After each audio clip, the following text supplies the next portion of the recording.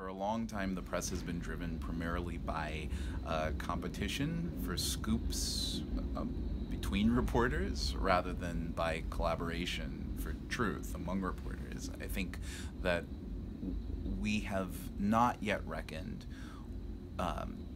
in a full enough way with the consequences of the massive media consolidation that happened over the course of the latter half of the 20th century.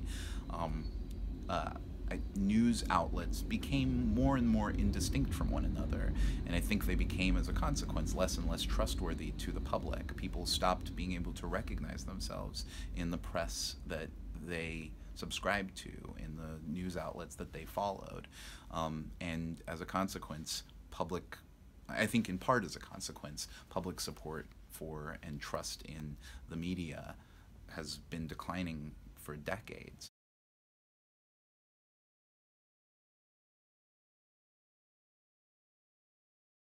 I think that it is wonderful to have um, journalists being engaged enough with the issues that they cover to engage all the way through to how might society move forward.